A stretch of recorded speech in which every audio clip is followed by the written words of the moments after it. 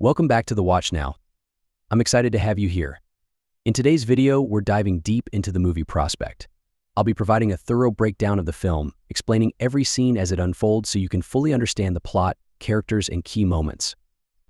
We'll explore the story in detail, making sure you catch every important element and nuance of the film. I promise not to waste any of your time. Let's get right into the recap and dissect the movie together. Be sure to stick around until the end for a complete analysis. If you enjoy the content, don't forget to hit that like button, share this video with your friends, and subscribe to the channel. C, a young girl traveling across space to scavenge for a rare gem on a toxic planet, finds herself at one of the most intricate space stations depicted in recent films. The moon is enveloped in a toxic green gas, raising the question of how the gem was discovered in the first place. As the space station prepares for its final orbit around the moon, C readies herself for landing. Here we meet Damon, her father, who is also preparing for their landing on the moon. It turns out that since this is the last rotation of the space station, they could end up stranded on the moon if they don't return in time. Damon points out that they have 3 cycles left to do the task before they have to retrieve the sling. C is dubious despite his assurances because she believes that a drug habit is a risky diversion on an otherwise dangerous, urgent assignment on a hostile planet. C begs for them to hurry back to their home planet while Damon tries to narrate the tale of her birth. The alarm goes off, indicating that it's time to prepare to leave. When it comes to flying his daughter around, C wonders if Damon is really studying the instructions on how to operate the ship and if he should have more confidence. It is disconcerting to descend into the perilous chasm, and Damon finds it difficult to control the ship. They crash land on the poisonous moon, but Damon won't give up looking for the gems in spite of the damage to the ship and the short time they have left before being abandoned. The moon seems gaseous because of the tiny bits of gas dust on the globe, which are real basement dust rather than seggy. They check their air filter and communications before leaving. They are scavengers looking for what's left over after others have gotten their things. They are not there for the initial rush. They discover a sack at the dig site, tear it open, and find another sack underneath. They burn away the flesh to reveal the jewel they have been looking for. The jewel, called oralic, is remarkably exquisite, almost the exact opposite of the Jurassic Park amber fossils. C suggests they should go back while they still can after Damon exposes the gem's value, but Damon is adamant about going inward and says the matter is beyond debate. As C returns to Damon, after filling up their water, he uses the radio to alert him that men are approaching their location. We meet Ezra, who challenges Damon while he tries to talk sense into the strangers. Ezra introduces himself, and he's keen to find out where their ship is, even in the face of Damon's attempts to be foolish. Ezra is intrigued when Damon offers knowledge on a significant oralic deposit in exchange for his life. He questions if this is a true location or just an old urban legend. If Ezra and the other friend allow him to survive, Damon suggests they go obtain the oralic themselves. Ezra concurs, and C follows closely behind with a gun, telling them to drop it as Ezra and his colleague escort Damon. Tell it to give up. Put it down. I would definitely feel a little uneasy too if a small girl suddenly appeared out of a poisonous moon forest and pointed a gun at me. Little girl, in all my time in the green. Actually, why would you bring your minor daughter to a toxic, unfriendly moon in the first place? Now that the roles have been reversed, Damon tries to get Ezra to hand up his oralic loot before C and Damon go. The course of events could have been slightly different if he hadn't been so avaricious. C is now stuck with a potentially harmful stranger. How does she go about doing this? To what place does she imagine she will flee? Her father was recently shot dead, the dropship is broken, and now a man who could easily outrun her is going to pursue her. At the very least, you have to respect her quick thinking. Ezra eventually finds C's dropship, where she is waiting for him. Considering that C is a young child and has never had to shoot someone, that shot is very damn impressive. Really good. Of course, it's a little different to pull the trigger on an unarmed individual. Then Kevin stands by. Help? Girl shooter. If the girl who just shot me was going to just let me bleed out like that, then I would be impatient too. Simply finish it. But C has different ideas. He won't speak until she tends to his gunshot wound, despite her attempts to exchange his life for a trip back to the cargo. Even while using extinguisher foam to seal a wound is great, it appears like it would hurt a lot. The daughter who was holding a pistol to you after you killed her father shouldn't be questioned. I prefer not to take a chance.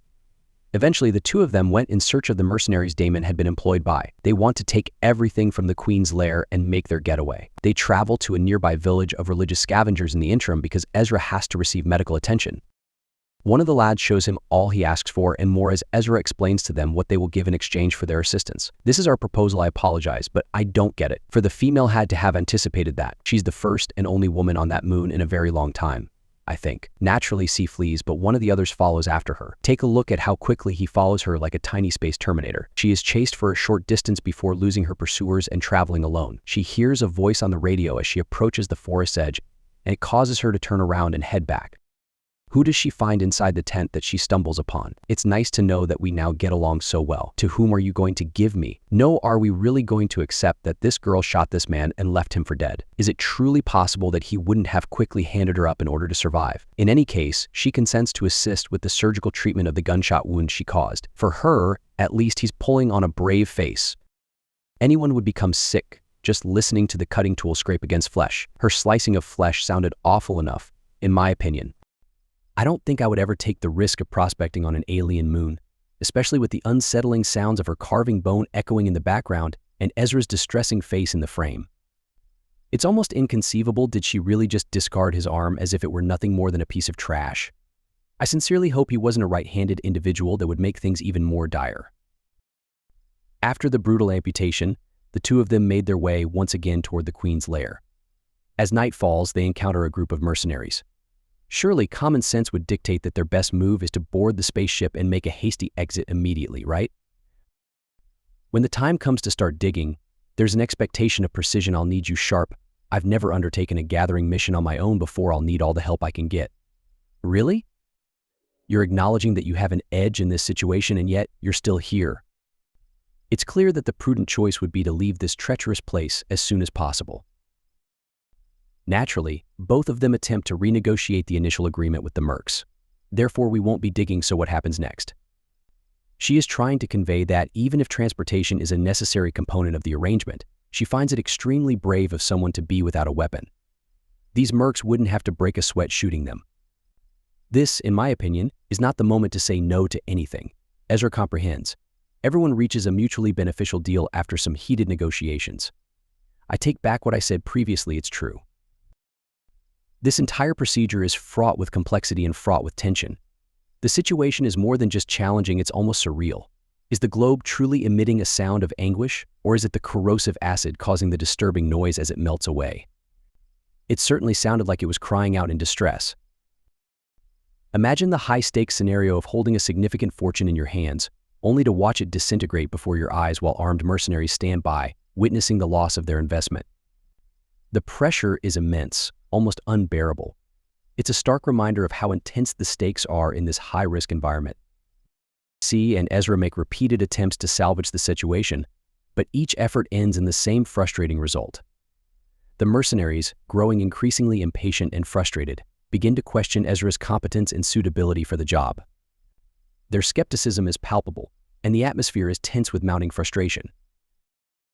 In a desperate bid to turn things around and to appease the mercenaries, C takes the bold step of diving into the crater, hoping to rescue Orlick. However, despite her efforts, the sack she is trying to salvage disintegrates just as Ezra's did. This catastrophic failure only reinforces the mercenaries' doubts. Ultimately, the mercenaries decide that C and Ezra are not capable of completing the task and begin to walk away, leaving the situation in even greater disarray. C always seems to figure out a way out of these difficulties, thus she must have one of the sharpest minds on the whole moon. Ezra takes out one of the mercs as the dust settles, but the final one drives them back into the forest. Ezra is stabbed by the merc as C attacks him, but he doesn't go down easily. I swear I felt chills down my spine as soon as I heard the cutting tool kick on. As Ezra lies dying against a tree, C begins to wonder if she will be able to save him. After running to get supplies, she comes back to Ezra. By the time the film ends, she will have to put him back together. Attempting to save Ezra has hurt him more than the first time she shot him. After limping back to the merchant vessel, the two set out to return to the cargo in orbit. This girl nearly got sold, lost her father, misplaced all she owned, and managed to flee with her father's killer. But at least with her final smile, she manages to express gratitude for making it out. The credits appear on screen. Overall, it's the traditional escape from a difficult position film with an unexpected ally, but it makes enough alterations to be seen as a novel interpretation of a well-known tale. Unquestionably worth seeing. Although that is my assessment of the film, I'll let you form your own conclusions. Thank you so much for watching. If you enjoyed this video, don't forget to hit the like button, subscribe to the channel, and leave a comment below with your thoughts or any movies you'd love to see me cover next.